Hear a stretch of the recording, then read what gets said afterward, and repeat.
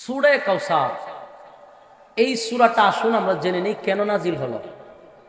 নাজিলের কিছু কারণ থাকে, প্রেক্ষাপট থাকে, অবস্থান থাকে, যেটাকে আমরা তাফসীরের ভাষায় বলি শানে নজুল, নাজিল হওয়ার কারণ। সূরা কাউসার নাজিল হয়েছে রাসূলকে সান্ত্বনা দেওয়ার জন্য, রাসূলকে খুশি করার জন্য। রাসূলের সঙ্গে আল্লাহ একটা সান্ত্বনাও দিল, খুশিও করলো, প্রতিবাদও করলো। খুব মনোযোগ দিয়ে শুনবেন। একদিকে এই সূরা নাজিল করে রাসূলকে খুশি করছে, অন্যদিকে সান্ত্বনা দিছে, আরেকদিকে প্রতিবাদ করছে। তাহলে এই সূরা নাজিল হওয়ার পিছনে কারণ কয়টা গেল? তিনটা। খুশিও করলো, সান্ত্বনাও দিল, প্রতিবাদও করলো। তাহলে সান্ত্বনা কেন দিল এই বিষয়টা আমরা তুলে ধরব, এবং খুশি কেন করলো সেটাও আপনাদেরকে তুলে ধরব, এবং প্রতিবাদ কেন করলো সেটাও তুলে ধরার চেষ্টা করব ইনশাআল্লাহ।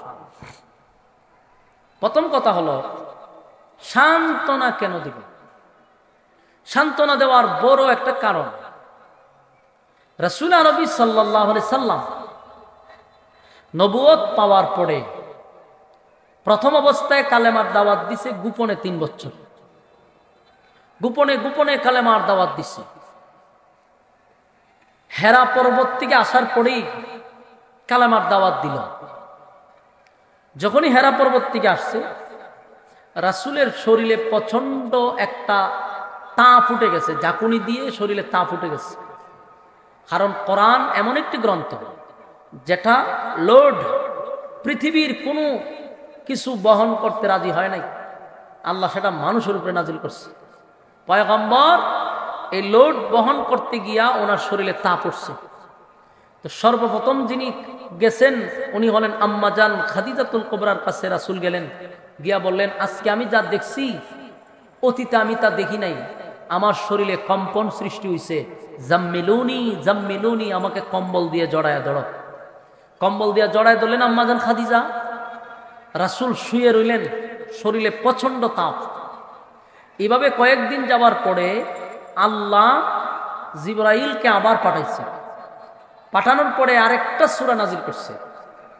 সূরাটার নাম হলো সূরা মুজাম্মিল। আল্লাহ শুরুতেই নাজিল করে বলেন, মুহাম্মদ তার বন্ধুকে নাম ধরে না ডেকে রাসূল আরবি সাল্লাল্লাহু আলাইহি সাল্লামকে উফাদি বলে ডাক দিছে। কথা কি বুঝতেছেন? এই দেখেন এখানে পোলা এখানে কথা কয় কেন? মাহফিলের কোনো ডিসিপ্লিন নেই, যা মন চায় তা করতেছে, চিল্লা চিল্লি একটা বাজার বসাই দিছে। কোনো কথা বলবেন না আল্লাহর রাস্তে। আমার পরে যা মন চায় কথা কইেন, কিন্তু আমার সময় কথা কইেন না ভাই। আমি কথা কইলে কথা কইতে পারি না। মনোযোগ দিয়ে শুনেন, কথা হবে কোরআন থেকে, মনোযোগ দিয়ে শুনেন। তো রাসূল যখন শুয়ে আছেন, আল্লাহ কিন্তু চাইলে নাম ধরে ডাক দিতে পারতো। কোরআনে কোথাও ইয়া মুহাম্মদ বলে কোনো শব্দ নাই। আল্লাহ তার বন্ধুকে নাম ধরে ডাকে নাই, উফাদি বইলা ডাক দিছে। কেউ যদি বাদাম বিক্রি করে তো তার নাম কিন্তু বাদামওয়ালা না, তারে মানুষ ডাক দিয়ে কি কয়? এই বাদামওয়ালা। কথা এখন ঠিক নেই? রিক্সা চালাইলে হয় রিক্সাওয়ালা। বাস্তব না বাস্তব? এটা আসলে তার নাম না, এটা তার উফাদি। ঠিক? রাসূল সাল্লাল্লাহু আলাইহি সাল্লাম কম্বল নিয়ে জড়ায়া ঘুমায় আছেন। আল্লাহ তখন ডাক দিছে, ইয়া আইয়ুহাল মুযাম্মিল কুমিল লাইলা ইল্লা কালিলা নিসবাহু আও ইনকুস মিনহু কালিলা আও জিদ আলাইহি ওয়া রাত্তিলিল কুরআনা তারতিলা। আল্লাহ ডাক দিছে, ইয়া আইয়ুহাল মুযাম্মিল, এ কমলিওয়ালা, কুমিল লাইলা ইল্লা কালিলা, আর কত শুয়ে থাকবেন? এইভাবে যদি শুয়ে থাকেন তাহলে মিশন সাকসেস হবে না। আমি যে আপনাকে যে কাজের জন্য পাঠাইছি, যেই মিশনের জন্য পাঠাইছি, এটা তো সাকসেস হবে না। কুমিল লাইলা ইল্লা কালিলা, আপনি উঠুন, দাঁড়িয়ে যান। দাঁড়িয়ে রাতের যে কোনো একটা অংশে, রাতের যে কোনো অংশে আপনি দাঁড়িয়ে যান, এটাকে আল্লাহ কিয়ামুল লাইল তাহাজ্জুদের নামাজকে উদ্দেশ্য করে বলেছেন। নিসফাহু আও ইনকুস মিনহু কালিলা, রাতের 2 ভাগের 1 ভাগ অথবা দ্বিতীয় অংশের যে কোনো একটা সময় আপনি দাঁড়িয়ে আমি আল্লাহর কাছে আপনি দাঁড়িয়ে যান, কিয়ামুল লাইল তাহাজ্জুদের নামাজে দাঁড়ান। দাঁড়ায় কি করবেন? আও জিদ আলাইহি ওয়ারাত্তিলিল কুরআনা তারতিলা, আপনি দাঁড়াইয়া দাঁড়াইয়া তারতিলের সাথে কোরআন তেলাওয়াত করুন। বন্ধুরে, বন্ধু বুঝাইতেছে, ইয়া আইয়ুহাল মুযাম্মিল কুমিল লাইলা ইল্লা কালিলা নিসফাহু আও ইনকুস মিনহু কালিলা আও জিদ আলাইহি ওয়ারাত্তিলিল কুরআনা তারতিলা। আল্লাহ বলেন, ইয়া আইয়ুহাল মুযাম্মিল, এ কমলিওয়ালা, কুমিল লাইলা ইল্লা কালিলা, এ কমলিওয়ালা, যে মিশন নিয়ে আমি আপনাকে দুনিয়ার জমিনে পাঠাইলাম, আপনি যদি শুয়ে থাকেন তাহলে মিশন সাকসেস হবে না। তাই দাঁড়িয়ে যান। হাবিবে কিবরিয়া রাতের বেলায় দাঁড়াইয়া দাঁড়াইয়া আল্লাহর কুদরতি পায়ে সেজদা দিতেন, তাহাজ্জুদের নামাজ আদায় করতেন। তখন 5 ওয়াক্ত নামাজ ফরজ ছিল না, তাহাজ্জুদের নামাজটা ফরজের মতো গুরুত্ব ছিল। সাহাবায়ে কেরামরাও তাহাজ্জুদ পড়ত। এই তাহাজ্জুদের নামাজের মাধ্যমে কি হয়? তাহাজ্জুদের নামাজের মাধ্যমে আল্লাহর সঙ্গে বান্দার সুসম্পর্ক হয়। 5 ওয়াক্ত নামাজ আমরা পড়ি, এখন এটা ফরজ। তাহাজ্জুদের নামাজ এখন ফরজ না। একটা সময় ফরজের মতো ছিল তাহাজ্জুদের নামাজ, কিন্তু এই তাহাজ্জুদের নামাজ যদিও ফরজ না, কিন্তু তাহাজ্জুদের নামাজ ছাড়া কেউ আল্লাহর ঘনিষ্ঠ বন্ধু হতে পারে না। আমার কথা কি আপনারা বুঝেন? একটু হা না কয়েন। আপনারা যেইভাবে শুয়ে বসে আছেন ওই দিন হারিয়া কথা কয়, নিজেও আর শুনে না, আরেকজন শুনতেও দেয় না। কথাগুলি মনোযোগ দিয়ে শুনেন। 5 ওয়াক্ত নামাজ পড়ি আমাদের স্বার্থে। বলুন কিসের স্বার্থে?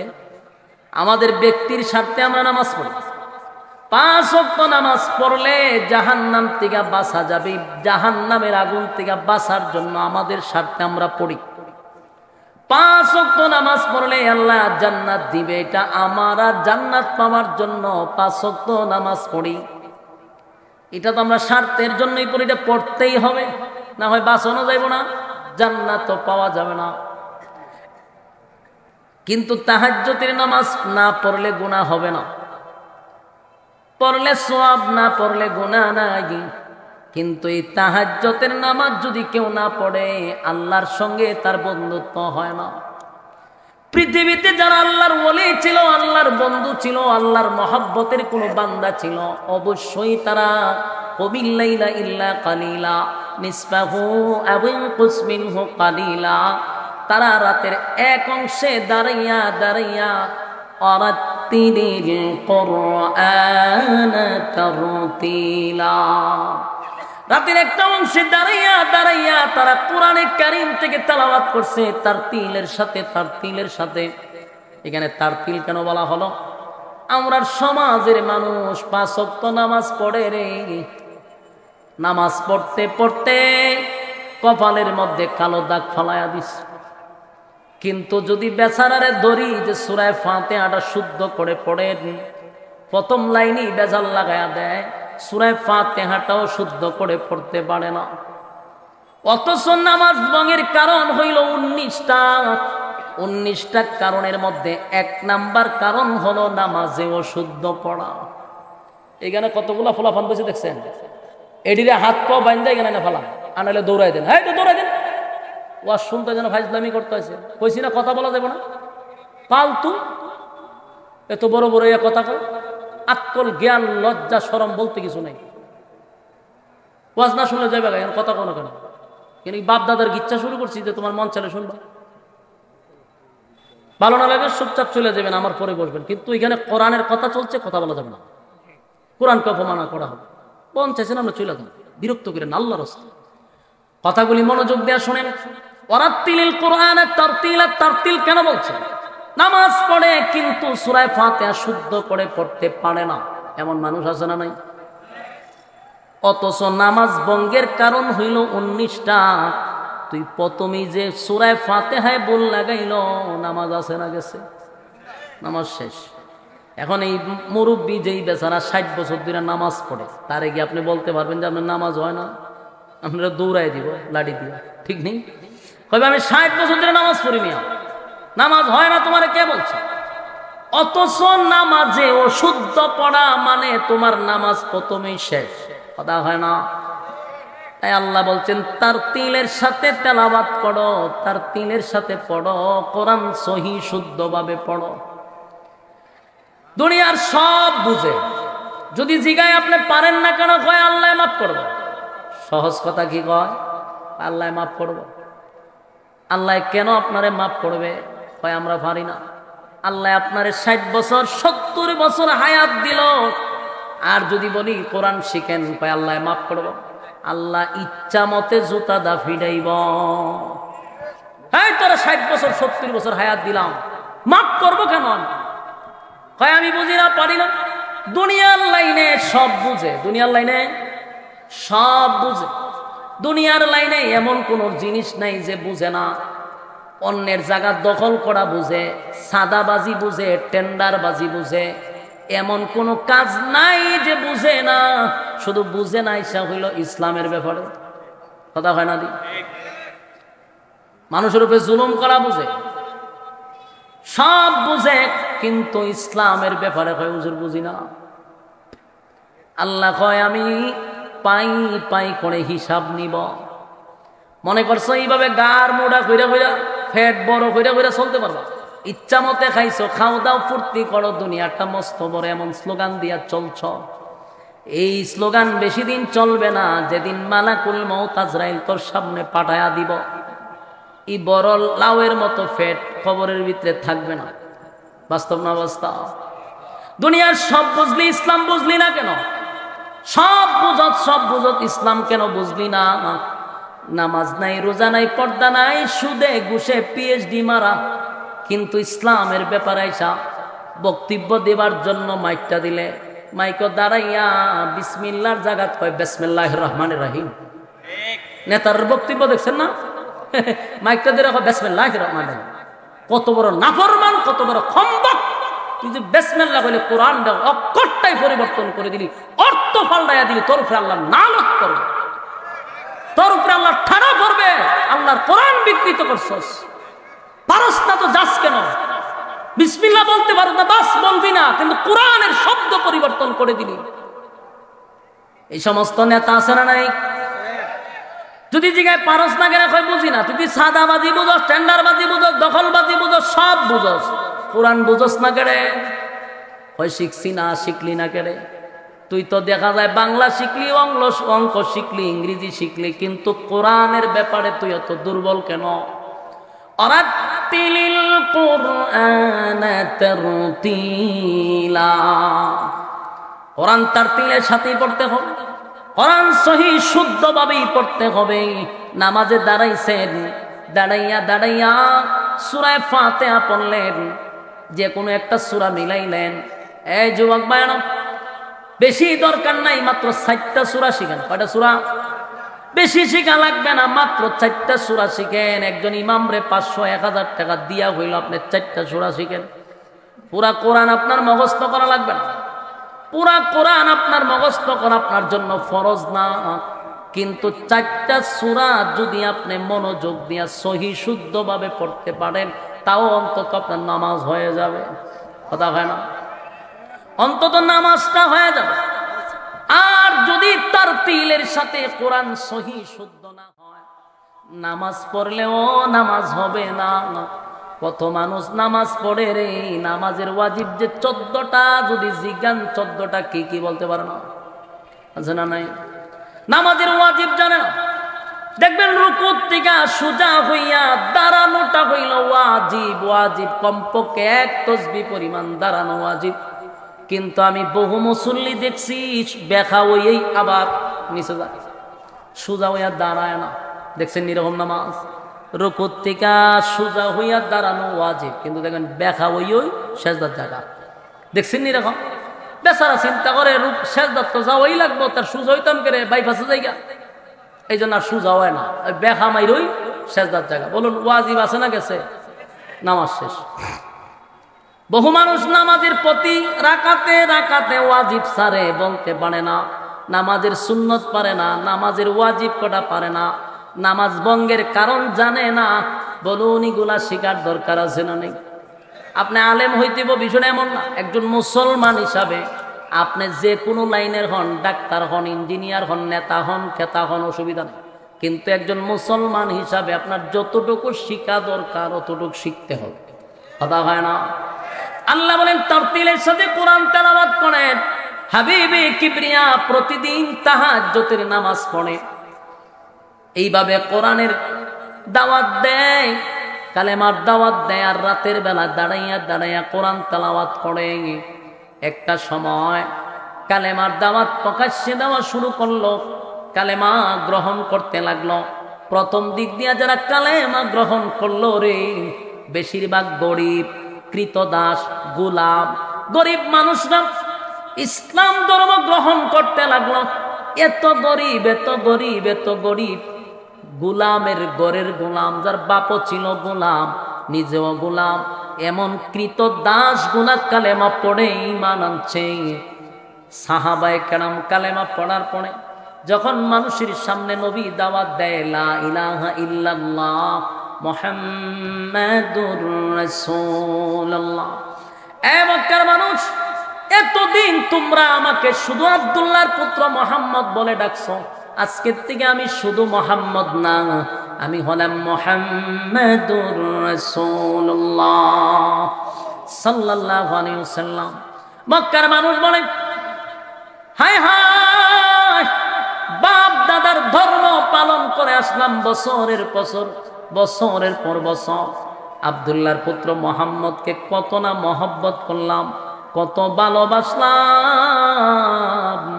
আজকে সে আমাদের বাপ দাদার ধর্মের মধ্যে সুনকালি মারল, আজকে আমাদের বাপ দাদার ধর্মের মধ্যে সুনকালি মারল না, মুহাম্মদকে আমরা এই কালেমার দাওয়াত দিতে দিব না। তাই তো আবু লাহাব আল্লাহর নবীর আপন চাচা হওয়া সত্ত্বেও পাথর লইয়া নবীরে মারার জন্য গেল, পাথর লইয়া মারার জন্য গেছে, আর বলছে মুহাম্মদ তুমি ধ্বংস হও। আল্লাহর নবী যখন দাওয়াত দেয়, এই কথা বলার সাথে সাথে আবু লাহাবও পাথর লইয়া মারতে যায়। আল্লাহ কয়, বন্ধু আপনারে পাথর লইয়া মারতে গেছে, আমি আল্লাহ বরদাস্ত করি না। সাথে সাথে সাথে সাথে আল্লাহ প্রতিবাদ করছে, সূরা লাহাব নাজিল করে, তাব্বাত ইয়াদা আবি লাহাবি ওয়া তাব। আবু লাহাব বলছে, মুহাম্মদ তুমি ধ্বংস হও। আপনারা যা শুরু করলেন ভাই, একটু কথা আমরা না বলি, বিরক্ত হইতেছেন আপনারা? আমি ছেড়ে দিতেছি, আপনারা পরবর্তী বক্তা নিয়ে আসেন, অসুবিধা কি? বিরক্ত লাগলে আমার ইঙ্গিত দেন, এইভাবে কথা বললে আমি ওয়াজ করুন কেন? আপনারা বক্তা একজন নিয়ে আসেন, বিরক্ত লাগলে আমি যাইতে রাজি। কথাগুলো একটু মনোযোগ দিয়ে শুনেন।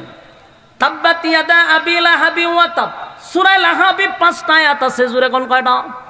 5 আয়াতের মধ্যে 3টা আয়াতই হলো আবু লাহাবরে নিয়া, 2টা আয়াত হলো উম্মে জামিল আবু লাহাবর বউরে নিয়া। একটু খেয়াল করেন, নবীরে গালি দিল আবু লাহাব, কি বল? হয়ে যাও। আল্লাহর নবী প্রতিবাদ করে নাই, প্রতিবাদ স্বয়ং করছে কে?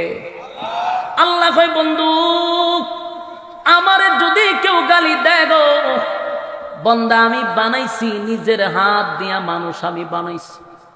আসমান জমিন, সূর্য চন্দ্র গ্রহ নক্ষত্র, পাহাড় পর্বত সাগর নদী নালা খাল বিল কীট পতঙ্গ, যা দেখি যা দেখি না, সমগ্র সৃষ্টি জগৎ আল্লাহ বানাইছে অনলি মাত্র 6 দিনে। সুবহানাল্লাহ। 6 দিনে বানাইল, তাও হাত দিয়া ধরে না। মালিক হুকুম দিছে তো সব হয়ে গেছে। আল্লাহ কয় কিন্তু মানুষটা মাত্র 3.5 হাত। এই 3.5 হাত মানুষটা বানাইতে আমি আল্লাহ 8 দিনে 6 দিনে কমপ্লিট করি নাই। মানুষটারে বানাইতে আমি 10 দিন 10 মাস 10 দিন সময় লাগাইয়া আমি বানাইছি। তাও হুকুম দিয়া না, আমি আল্লাহ কুদরতি হাত মানুষের মাথায় লাগাইছি। জোরে কোন সুবহান। বানাইয়া আমি একটা দুইটা নয় 4টা কসম করছি। মানুষ বানাইয়া 4টা কসম করছি। আসমান জমিন বানাইয়া তো কসম করি নাই রে, মানুষ বানাইয়া এত কসম করছি। আল্লাহ কয় ওয়াত্তিন, 3 ফলের কসম, ওয়াজ্জাইতুন, জৈতুন ফলের কসম, ওয়াতুরে সিনিনা, সিনাই পর্বতের কসম, ওয়াহাজাল বালাদিল আমিন। আল্লাহ রাব্বুল আলামিন বলেন এ পবিত্র মক্কা নগরীর কসম। তাহলে প্রথম হলো 3 ফলের কসম, জৈতুন ফলের কসম, সিনাই পর্বতের কসম। আল্লাহ বলেন মক্কা মদিনার কসম। আল্লাহ 4টা কসম করে বলেন ওয়াত্তিন ওয়াজ্জাইতুন ওয়াতুর সিনিনা ওয়াহাজাল বালাদিল আমিন। 4টা কসম করে বলেন লাকাদ খালাকনাল ইনসানা ফি আহসানি তাকওয়িম। 4 কসম করে বলেন এই মানুষ সুন্দর করে বানাইছি। মানুষের সম্মান আল্লাহ সব সৃষ্টি জগতের চেয়ে বেশি দিছে। ওয়ালাকাদ কাররামনা বানি আদম, আদমের চেয়ে সম্মান আর মর্যাদা আমার আল্লাহ আর কাউরে দেয় নাই। জোরে জোরে কোন সুবহান। আমার যুবক ভাইরা, টাঙ্গাইলের ভাইরা, ইমানি জজবা যত কম আপনাদের সুবহান আল্লাহর আওয়াজও তত কম। ইমানি জজবা যার যত বেশি সুবহান আল্লাহর আওয়াজও বেশি। এখানে একটু চিন্তা করে দেখেন, মালিক কিন্তু আসমান বানাইছে বিশাল আসমান। কোন আসমান বানাইছে স্বর্ণ দিয়া, কোন আসমান বানাইছে হীরা মণি মুক্তা দিয়া, কোন আসমান বানাইছে পানি দিয়া, কোন আসমান বানাইছে নূর দিয়া, নূর দিয়া। কিন্তু আসমান বানাইয়া আল্লাহ বলে নাই আসমান সুন্দর। মানুষ বানাইয়া বলছে মানুষ সুন্দর, মানুষ সুন্দর, মানুষ সুন্দর। বান্দারে ওয়ালাকাদ কাররামনা বানি আদম, আদম রে আল্লাহ এত সম্মান আর মর্যাদা দিছে। এমন কি আরো আশ্চর্য হবেন, ফেরেশতা হইল নূরের তৈরি। কিসের তৈরি? আরো জোরে। ফেরেশতা নূরের তৈরি হওয়া সত্ত্বেও আমার মালিক বলেন ফেরেশতার গুনাহ নাই, ফেরেশতার গুনাহ নাই, গুনাহ নাই, গুনাহ নাই, গুনাহ নাই। ফেরেশতা গুনাহ কি জিনিস সেটা চিনেও না। সেই ফেরেশতার ব্যাপারে আল্লাহ বলেন ফেরেশতা গুনাহ নাই, কিন্তু মানুষকে আমি ফেরেশতাদের চেয়েও দামি বানাইছি। মানুষ দামি বানাইছি, তবে এমনি না। মানুষের মধ্যে 2টা গুণ থাকলে মানুষ দামি, 2টা গুণ থাকলে মানুষ দামি। 2 গুণ যার মধ্যে নাই সে কোনোদিন দামি হতে পারে না। দামি হবে কখন? যার মধ্যে 2টা গুণ আছে। জোরে কোন কয়টা? মানুষ দামি আল্লাহ বলছে, কিন্তু 2 গুণে গুণান্বিত। একটা হলো যার ভিতরে ঈমান আছে রে, ঈমান আছে, ঈমান আছে, এই হলো একটা গুণ। আর 2 নাম্বার হলো ওয়ামিলুস সালিহাত, যার ভিতরে নেক আমল আছে। যারা নেক আমল করে, ঈমান আছে, নেক আমল করে, ওই ব্যক্তিটাও আল্লাহর কাছে দামি। এই 2 গুণ যার ভিতরে নাই এরা আবার এত নিকৃষ্ট, এত নিকৃষ্ট। আল্লাহ কোরআনে বলেন উলাইকা কাল আনআমি বাল হুম আদাল। আল্লাহ বলেন মানুষকে আমি সৃষ্টির শ্রেষ্ঠ বানাইছি। আবার সেই মানুষের মধ্যে যখন 2 গুণ থাকবে না, তখন আল্লাহ বলেন কুকুর বিড়ালের চেয়েও মানুষ আরো নিকৃষ্ট, আরো নিকৃষ্ট। চতুষ্পদ জানোয়ারের চেয়েও আরো নিকৃষ্ট। মানুষ নিকৃষ্ট হয় কখন? যার ভিতরে ঈমান নাই, যার ভিতরে নেক আমল নাই। এই মানুষ কুকুর বিড়ালের চেয়েও নিকৃষ্ট। কথা বুঝতেছেন? কুকুর বিড়াল জাহান্নামে যাবে না, কিন্তু যারার ভিতরে ঈমান আর নেক আমল নাই তারা জাহান্নামে যাবে। তাহলে জাহান্নামে যে যায়, কুকুর বিড়াল জাহান্নামে যাবে না। কুকুর এবং বিড়াল চতুষ্পদ জানোয়ার অপরাধ করে থাকলে আল্লাহ তাদেরকে শাস্তি দিয়া মাটির সাথে মিশায়া দিবে। তাদের জান্নাতও নাই, জাহান্নামও নাই। কিন্তু মানুষ, তোর জন্য জান্নাত আছে, তোর জন্য জাহান্নাম আছে। তুই জান্নাতি হইলে ফেরেশতাদের চেয়ে তুই দামি। আর তুই যখন জাহান্নামী হবি কুকুর বিড়ালের চেয়ে নিকৃষ্ট নিকৃষ্ট নিকৃষ্ট। আল্লাহ কয় বান্দারে আমি এত সম্মান আর এত মর্যাদা দিছি, 2 গুণে গুণান্বিত হইলে আমার যুবক ভাই 1 নাম্বার হইলে ঈমান, 2 নাম্বার হলো নেকামল। কথা কি বুঝতেছেন? এবার আসুন আল্লাহ রাব্বুল আলামিন বলেন বন্ধু আপনারে গালি দিছে আবু লাহাব, আমি কিন্তু প্রতিবাদ করছি।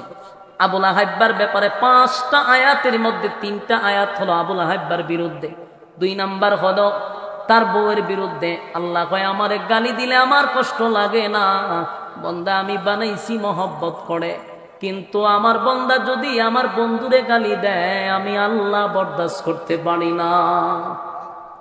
তাই আবু লাহাবের বিরুদ্ধে কমপ্লিট সূরা নাজিল করছে। নবীজি আবার দাওয়াত দেয়, বিভিন্ন দিক দিয়া প্রতিবাদ, নবীর বিরুদ্ধে সমালোচনা, নবীরে মারার জন্য বিভিন্ন ষড়যন্ত্র, কালেমার দাওয়াত দেয়। মানুষ নবীরে পাগল পাগল পাগল বলে গালি দেয়, কিন্তু টাচ করতে পারে না। কেন জানেন? নবীর চাচা আবু তালেব এখনো জীবিত, আম্মাজান খাদিজা এখনো জীবিত। আম্মাজান খাদিজা যদিও নবীর স্ত্রী, আম্মাজান খাদিজা যদিও নবীর স্ত্রী একজন মহিলা, কিন্তু আম্মাজান খাদিজার পাওয়ার ছিল তদানীন্তন সময়ের সবচেয়ে বড় মহিলাদের মধ্যে শিল্পপতি, উচ্চ শিক্ষিত।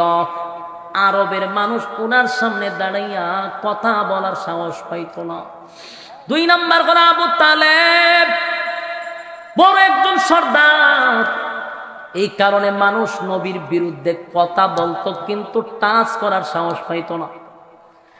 সংক্ষেপে বলি, হঠাৎ করে একদিন আম্মাজান খাদিজা দুনিয়ার থেকে বিদায় হয়ে গেল।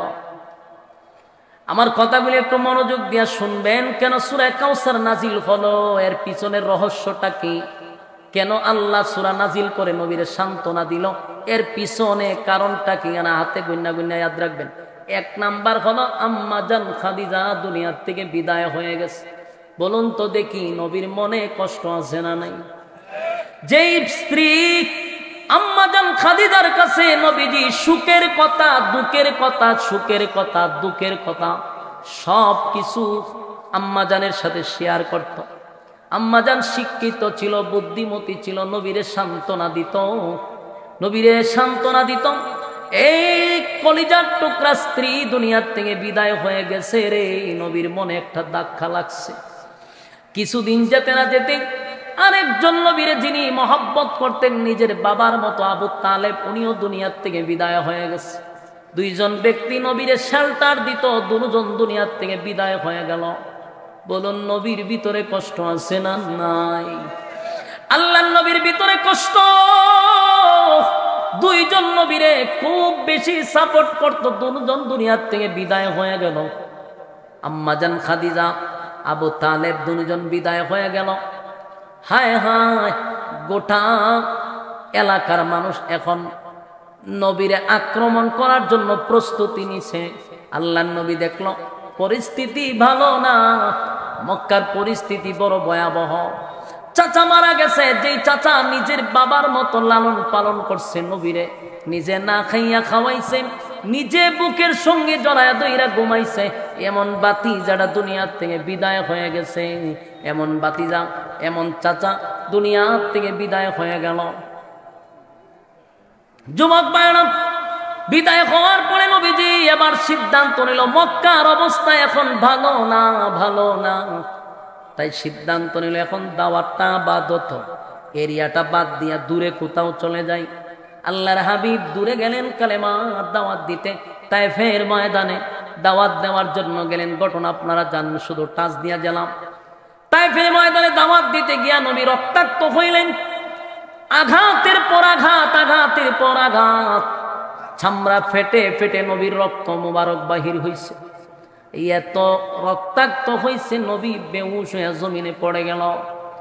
এরপরও তারা নবীকে মারতেই লাগলো।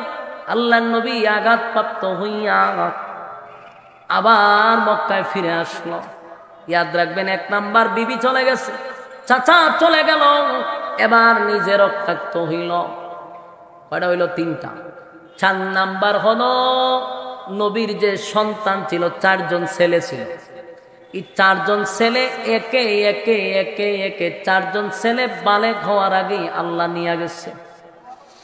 আমার যুবক ভাইরা, সূরাটা নাজিল হয়েছে নবীর সান্ত্বনা দেওয়ার জন্য। আপনারা একটু খেয়াল করেন, 1 নাম্বার বিবি মারা গেল, 2 নাম্বার চাচা মারা গেল, 3 নাম্বার নিজে রক্তাক্ত হইল, 4 নাম্বার হলো সন্তানগুলি একে একে একে একে সব বালেগ হওয়ার আগে মারা গেছে।